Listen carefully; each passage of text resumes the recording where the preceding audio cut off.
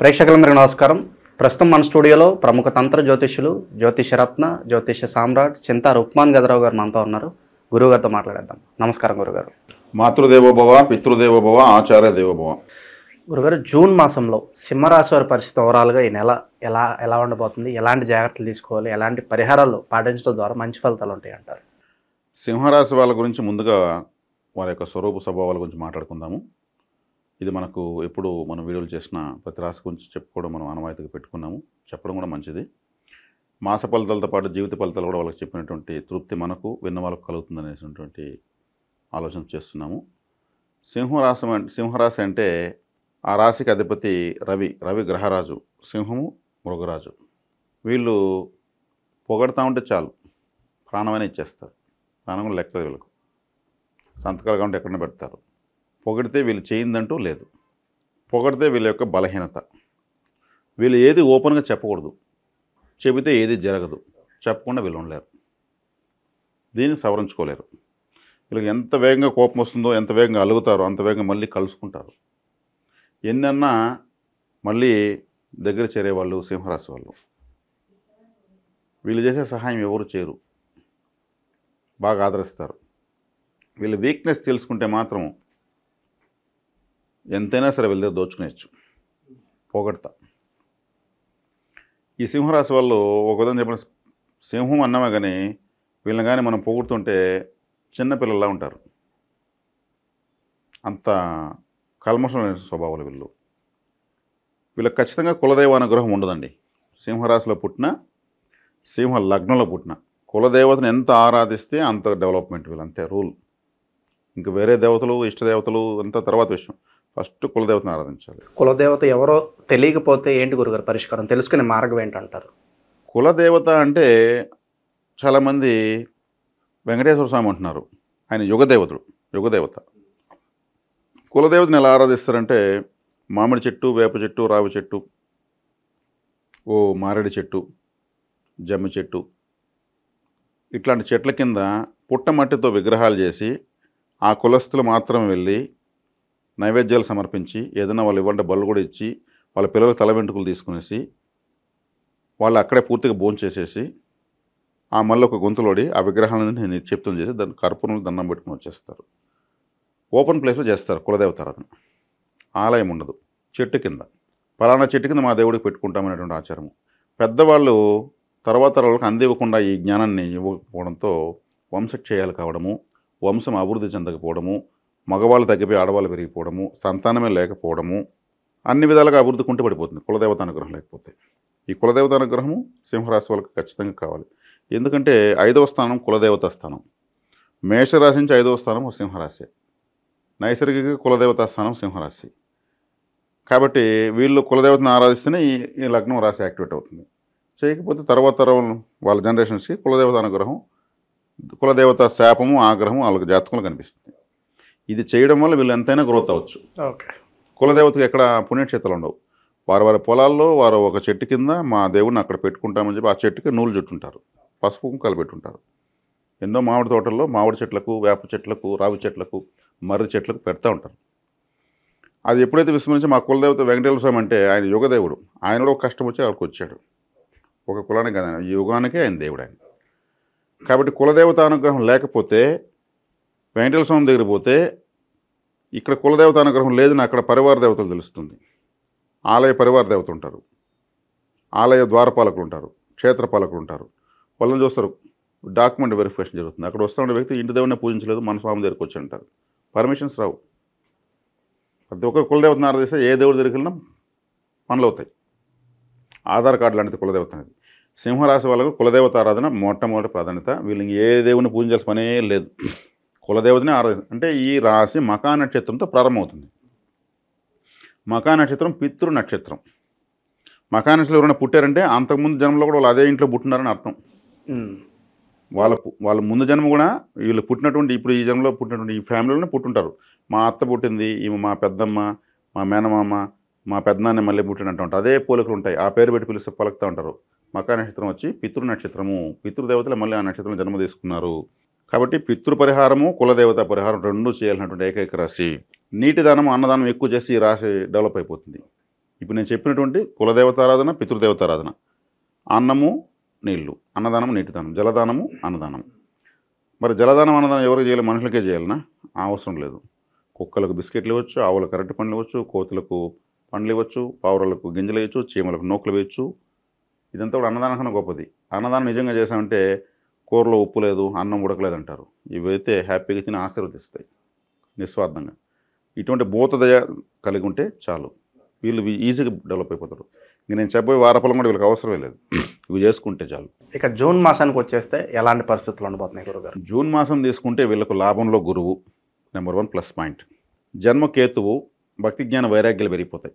ఏది శాశ్వతం కాదు, అన్నిటికీ ఆరాటపడతాము, చివరికి మిగిలేది ఏమి ఉండదు. ఇటువంటి జ్ఞానం చింతన ప్రారంభమవుతుంది. దేవుణ్ణి నమ్మని వాళ్ళకు కూడా ఆ నమ్మకం కలిగే అవకాశం కనిపిస్తుంది. ఖచ్చితంగా అనిపిస్తుంది. వైరాగ్యం. తర్వాత సప్తమంలో రాహు. సప్తమంలో రాహు ఉన్నప్పుడు ఏమవుతుంది? వీళ్ళ యొక్క సహచరులు, ఫ్రెండ్స్, నెట్వర్క్, స్నేహితులు, బంధువులు, సమాజంలో ఎవరెవరు కలుషితమైన వాళ్ళు వీళ్ళు కనిపిస్తారు. రాహు అంటేనే అంత జిమ్మిక్కులు కాబట్టి సమాజంలో ఉన్నటువంటి రుగ్మతలన్నీ వీళ్ళు ఇంతవరకు తెలుసుకోకుండా కొన్ని భ్రమలో ఉంటారు. వాడు మంచోడు, వీడు మంచోడిని, మిత్రుడెవరు శత్రుడెవరు, అవన్నీ డొలతనాలని బయటపడతాయి. అరే వీడేదో మంచోడు కొన్ని ఇన్ని రోజులు చూస్తే వీడేంది ఇట్లా ఉన్నాడు, వీడిని మనం నమ్మున్నాము, ఎంతో హెల్ప్ చేసినాము అనేవన్నీ బయటపడతాయి. రాహు వచ్చేకాడికి 7వ స్థానంలో ఉండడం వల్ల. అదేవిధంగా అష్టమంలో శని ఉన్నాడు. అష్టమంలో శని అంత మంచివాడు కాదు. అష్టమ శని అంటే ఈ రాశికి మొట్టమొదటి పాపగ్రహం శనేశ్వరుడే. మొట్టమొదటి పాపగ్రహం పోయి అష్టమ స్థానంలో కూర్చున్నాడు. కానీ శత్రువు కదా సింహరాశికి, శత్రువుకి బలం కోల్పోవడం మంచిది కదా, శత్రువుకి బలం పెరగకూడదు. అష్టమంలో పోయి శని బలాన్ని కోల్పోయింది. కాబట్టి అష్టమ శని గురించి భయపడాల్సిన పని లేదు. అష్టమ శని అంటే అది జలరాశిలో పడింది. నీళ్ళల్లో మనము పూర్తిగా మునిగిపోతే కంఫర్ట్గా ఉంటామా? కాబట్టి అష్టమ శని గురించి సింహరాశి వల్ల భయపడవలసిన అవసరం లేదు. దానికి వివరణ కూడా నేను ఇస్తున్నా. గ్రహానికి మనకెప్పుడు కూడా మన శత్రువుకి ఎప్పుడు బలం పెరగకూడదని కోరుకుంటాం, వాడు కష్టాలు పడాలని చూస్తాం. 3, 6, 12 స్థానాలు లేదా 6, 8, 12 స్థానాలు పాపస్థానాలు. ఇది 8 అనేది పరమ పాపస్థానం. అష్టమంలో పడిపోయింది, గ్రహం అన్కంఫర్ట్గా ఉంది. దానిపైన చింతించాల్సిన పని లేదు. అష్టమ శని వచ్చేసింది, సింహరాశులు ఇంక లేదు. అష్టమ శని వచ్చేసింది, వీళ్ళకి ఏదో జరిగిపోతుంది, ఏమి జరగదు. అక్కడ గ్రహమే ఏమి చేయలేక తనకలాడుతూ ఉంటే వీళ్ళకేం చేస్తుంది? ముందు దాని ఏదైనా మనం చేయాలంటే దానికి బలం ఉండాల, ఆయుధం దాని చేతిలో ఉండాల. అన్కంఫర్ట్గా ఉంది. కాబట్టి సింహరాశులు అష్టమ శని గురించి భయపడాల్సిన లేదు. వీళ్ళు కులదేవతారాధన, పితృదేవతారాధన చేసుకుంటే చాలు, యాక్టివేట్ అవుతుంటారు. సప్తమంలో రాహున్నాడు కాబట్టి సమాజంలో ఉన్నటువంటి వీళ్ళకి ఇంతవరకు తెలియనటువంటి వీళ్ళేదో భ్రమించుతూ ఉన్నటువంటి విషయాలన్నీ ఇవి భ్రమలో, నీ భ్రమలను పక్కన పెట్టు, వాస్తవాలు ఇదని తెలుస్తాయి. జన్మలో కేతున్నాడు కాబట్టి భక్తి జ్ఞాన వైరాగ్యాలు ఇవన్నీ కలుగుతాయి. అది మంచిదే, అది ఒక అదృష్టం. అలా రావాలి, ప్రతి ఒక్కరికి రావాలి. అది రాకపోతేనే పుట్టిన దానికి సార్థకత ఏమి అర్థం కాదు. లాభంలో గురువు ఉన్నాడు కాబట్టి ధనకారకుడు, పుత్ర సంతానకారకుడు, జ్ఞానకారకుడు, మనీ ఫ్లో బాగుంటుంది అంటారు. ఉంటుంది. వీళ్ళు ఆ మనీని వృధా ఖర్చు కూడా చేసుకోరు.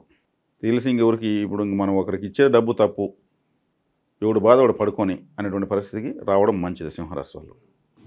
ఇక వ్యాపారస్తులకు ఎలా ఉంటుంది గురుగారు? వ్యాపారస్తులు బాగానే ఉంటుంది. లాభంలో గురువు ఉన్నాడు, చేసే ధనకారకుడు లాభంలో ఉన్నప్పుడు చేసే వ్యాపారం లాభాలు ఉంటాయి. పార్ట్నర్షిప్ బిజినెస్లో కలిసి వస్తాయా? కలిసే రావు. పార్ట్నర్స్ యొక్క డొల్లతనం బయటపడుతుంది. ఓకే, వాళ్ళ దొంగలను బయటపడుతుంది. దొంగ కావాలంటే రాహుబలమే కావాల్సింది. రాహు దొంగ, అమృతం దొంగలిచ్చాడు కదా, అమృతం దొంగలిచ్చే ఆయన మహావిష్ణు ఏమర్చాడు. కాబట్టి దొంగ అవ్వాలంటే రాహుబలం ఉన్నవాడు దొంగ అవుతాడు. డాన్ కావాలన్నా, ఓకే, మాఫియా కింగ్ అంటారు, అవన్నీ కావాలంటే రాహువే. రాహు వాడు పార్ట్నర్షిప్లో ఉన్నప్పుడు పార్ట్నర్ అనేవాడు కలిసి రావు, భాగస్వామ్య వ్యాపారాలు కలిసి రావు. ఇంకా నెగిటివ్ ఫలితాలు ఏమున్నాయి గురుగారు? ఈ పలానా విభాగాల్లో చాలా అంటే ఇప్పుడు వివాహ ప్రయత్నాలు చేసేవాళ్ళు, ఇప్పుడు పార్ట్నర్ అనేది రాకుండా చెప్పాను కదా, ఆల్రెడీ అయిపోయిన వాళ్ళు అది అయిపోయింది, అది కంప్లీట్. ఇంకా పార్ట్నర్షిప్లోకి అంటే జీవిత భాగస్వామ్యంలోకి వెళ్ళే వాళ్ళు డాక్యుమెంట్ వెరిఫికేషన్ చేసుకోవడం మంచిది. డాక్యుమెంట్ వెరిఫికేషన్ ఏమి? అమ్మాయి జాతకము సరైనది కాదా చూసుకోవాలి. అంటే వాళ్ళు ఇస్తారు, అడిగితే ఇస్తారు. ఎప్పుడు ఇస్తారు, ఎప్పుడు మీరు తీసుకోవాలి? మీ జాతకం ముందు వాళ్ళకి ఇవ్వకూడదు. మీ జాతకం ముందు వాళ్ళకి ఇచ్చారంటే ఏమవుతుంది? ఈ జాతకానికి ఎలా ఉంటే సరిపోతుందో అలా డిజైన్ చేసుకొచ్చి అప్పుడు ఇస్తారు వీళ్ళు. కంపాటబిలిటీ కూడా వాళ్ళు ముందే. కాబట్టి ముందుగా సింహరాశి వాళ్ళు జాతకం ఇవ్వకూడదు. మీ జాతకం మాకు ఇవ్వండి అని చెప్పాలి.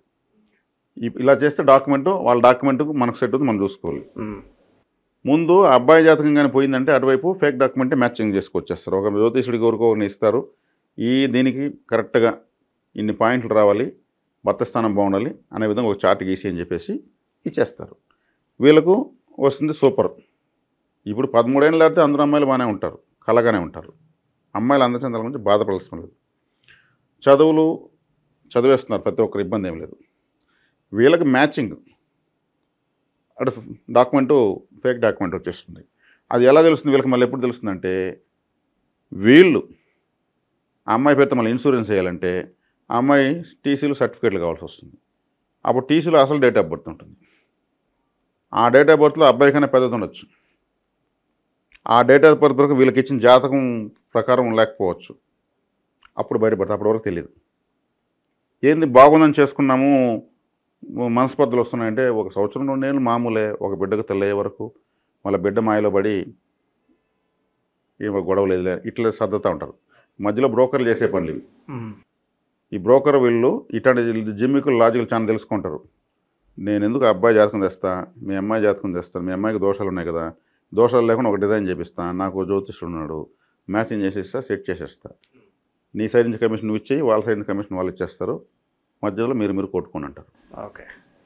కాబట్టి సింహరాశి వాళ్ళు ఇప్పుడు జీవిత భాగస్వామ్య స్థానంలో రాహువు ఉన్నాడు. కాబట్టి రాహువు మాయ చేస్తాడు, ఏమారుస్తాడు, మోసం చేస్తాడు. కాబట్టి మీరు ముందుగా డాక్యుమెంట్ ఇవ్వకూడదు. ఓకే. లేదంటే మోసపోతారు. ఎంత వివరణ ఇవ్వాల్సి వచ్చింది, ఎందుకంటే ఇది లైఫ్. సింహరాశి వాళ్ళకి ఇప్పుడు చాలా ఈ విషయంలో చాలా డేంజర్ ఉంటుంది. అదేవిధంగా కెరీర్ పరంగా అవకాశాల్లో కూడా మోసపోయే అవకాశాలు ఎక్కువనే ఖచ్చితంగా ఉంటాయి. రాహు ప్రభావం లగ్నంలో పడింది కదా, మోసపోయారు అనుకో, అదే వైరాగ్యం. ఏది శాశ్వతం కాదు, నన్ను ఏమర్చి వాడు ఏం చేస్తాడు, వాడు అనుభవిస్తాడు, నాది కాంది నాకు రాదు, నాదేది నాకు నేను గుమ్ముంట కూడా వస్తుంది, ఇట్లాంటి వేదంతో స్టార్ట్ అయిపోతుంది. చేసే మిస్టేక్ చేసేసి ఆల్రెడీ చాలా వరకు కోల్పోయాం కాబట్టి ఇంకా పోగొట్టుకోవడానికి ఏది లేదు నా దగ్గర అనే భావన అయితే వస్తుందంటారు. ఒక విధమైన శ్మశాన వైరాగ్యం వచ్చేస్తుంది. శ్మశాన వైరాగ్యం అంటే ఏమి? ఆ శ్మశానంలో పోతే మనం కూడా ఒకప్పుడు ఇక్కడికి రావాల్సిందే, ఎందుకు ఏరాటలు పోరాటాలు అనే విధంగా వచ్చేస్తుంది. జన్మలో కేతు తల్లైన గ్రహం వస్తుంది, వైరాగ్యకారుడు. కాబట్టి గురువు చక్కగా బాగున్నాడు, శని అన్కంఫర్ట్లో ఉన్నాడు, ఆయన గురించి పట్టించుకోవాల్సిన పని లేదు. ఆయన ఏదో చేసి దొల్లిచి పొలిచేది నష్టం చేసేది ఏం లేదు. రాహు ఏమారితే 7 o'clock బ్లేడ్ వేసేస్తాడు. కేతు ఏమి పోతే పోయిందిలే, ఏది శాశ్వతం కాదు, ఆశలన్నింటినీ హంచేస్తాడు. ఇంకా వివాహ విషయాల్లోనే కేర్ఫుల్గా ఉండాలి. అక్కడేమవుతుంది, ఫేక్ డాక్యుమెంట్లు ఎంటర్ అవుతాయి. ఇప్పుడు తెలివితేటలు పెరిగిపోయినాయి. కాబట్టి ముందుగా డాక్యుమెంట్ ఇవ్వకూడదు. సింహరాశి వాళ్ళకి ద్వితీయ లాభాధిపతి బుధుడు అంటే డాక్యుమెంటు. కాబట్టి అనుకూల గ్రహం కాదు బుధుడు. కాబట్టి దానికి కొంచెం కేర్ఫుల్గా చూసుకోవాలి. ఈ టైంలో విదేశాలకు వెళ్ళడం కరెక్టేనంటారా? విదేశాలకు వెళ్తే కూడా మోసపోతారండి. బ్రోకర్ల ద్వారా ఆ వీసా పాస్పోర్ట్ ప్రాబ్లమ్స్, డాక్యుమెంటే చెప్పాను నేను, దాంట్లో తేడాలు రావడము, మళ్ళీ రిజెక్ట్ కావడము, మళ్ళీ ఇట్లంతా అవుతూ ఉంటాయి. గురుగారు, ఇక్కడ ప్రధాన సమస్య వచ్చేసరికి వైరాగ్యం కలగటం, అలాగే మోసపోయే అవకాశాలు ఎక్కువగా ఉండడం. దీన్ని అధిగమించడానికి మంచి రెమెడీస్ ఏమైనా ఉంటే చెప్పండి. మంచి రెమెడీస్ అంటే ముందు వీళ్ళు సెల్ఫ్ ప్రిపరేషన్ కావాలండి. సింహరాశులు బై బర్త్ నేను చెప్పాను కదా, పొగిడితే వీళ్ళు ఏమైనా చేస్తారని చెప్పాను. వీళ్ళ బర్త్ యొక్క లక్షణం అది, పుట్టుకతో వచ్చిన లక్షణం. దాన్ని వీళ్ళు సవరించి ఏ రోజు సవరించుకుంటారో ఆ రోజు నుంచి ఇంకొక ప్రపంచాన్ని చూస్తారు. అదేవిధంగా కులదైవ అనుగ్రహం లేదు వీళ్ళకని చెప్పాను. కులదేవతను ఎక్కువగా ఆరాధించాలి, పితృదేవతను ఎక్కువ ఆరాధించాలి. పితృ నక్షత్రంతో ఈ రాశి స్టార్ట్ అవుతుంది. పితృకారకుడే ఈ రాశి అధిపతి సూర్యుడు. కాబట్టి సూర్య నమస్కారాలు, పితృదేవతారాధనలు, కులదేవతారాధనలు చాలా ఇంపార్టెంట్. ఇప్పుడు నేను 12 జ్యోతిర్లింగాలు చెప్పలేదు. వీళ్ళ ఇంటి దేవుడు నెంబర్ 1, సీరియల్ నెంబర్ 1. వీళ్ళు పుట్టడానికి కారకమైనటువంటి తల్లిదండ్రులు, తాత ముత్తాతలు, పూర్వీకులను వీళ్ళు ఖచ్చితంగా ఆరాధించి తీరాల్సిందే. నీటి దానము, జలదానం చెప్పాను. మనుషులకు పెట్టేదే కాదు, ఇతర జీవులను ఆదరించాలి, భూత దయ కలిగి ఉండాలి.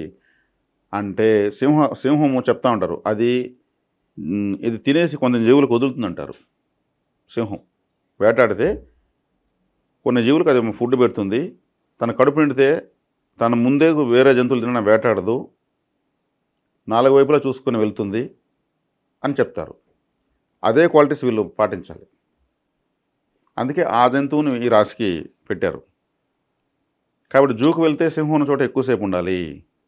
వీళ్ళకి దగ్గర డబ్బు ఇవ్వగలిగితే సింహానికి ఒక రోజు ఫుడ్కు డొనేట్ చేయాలి. దాతలకు ఆహ్వానం రాసుంటారు అక్కడ. నరసింహస్వామి క్షేత్రాలకు ఎక్కువ వెళ్ళాలి. సింహాన్ని పెద్ద ఫోటో ఇంట్లో పెట్టుకోవాలి. నరసింహస్వామి యొక్క లక్ష్మీ నృసింహ కరావలమ స్తోత్రం ఎక్కువ వినొచ్చు. యాక్టివేట్ అవుతుంది, రాసి యాక్టివేట్ అవుతుంది. ఇవి వీళ్ళకు ఇవన్నీ కూడా శ్రమతో కూడుకున్నవేం కావు. ఇవి ఇంటి దేవుణ్ణి వీళ్ళు చేలో పెట్టుకోవచ్చు, బహిరంగ ప్రదేశాలు చెట్ల కింద పెట్టుకోవచ్చు. కులదేవతను పితృదేవతలను అమావాస్య రోజు ఆరాధించుకోవచ్చు. తర్వాత బయట క్షేత్రాలకు వెళ్తే అప్పుడు పర్మిషన్లు వస్తాయి. సో ఓవరాల్గా జూన్ మాసంలో సింహరాశి వాళ్ళందరికీ కూడా ఏ విధంగా ఉండిపోతుంది, ఎలాంటి పరిహారాలు చేసుకోవాలి, చాలా బాగా వివరించారు గురుగారు. ధన్యవాదాలు. ధన్యవాదాలు.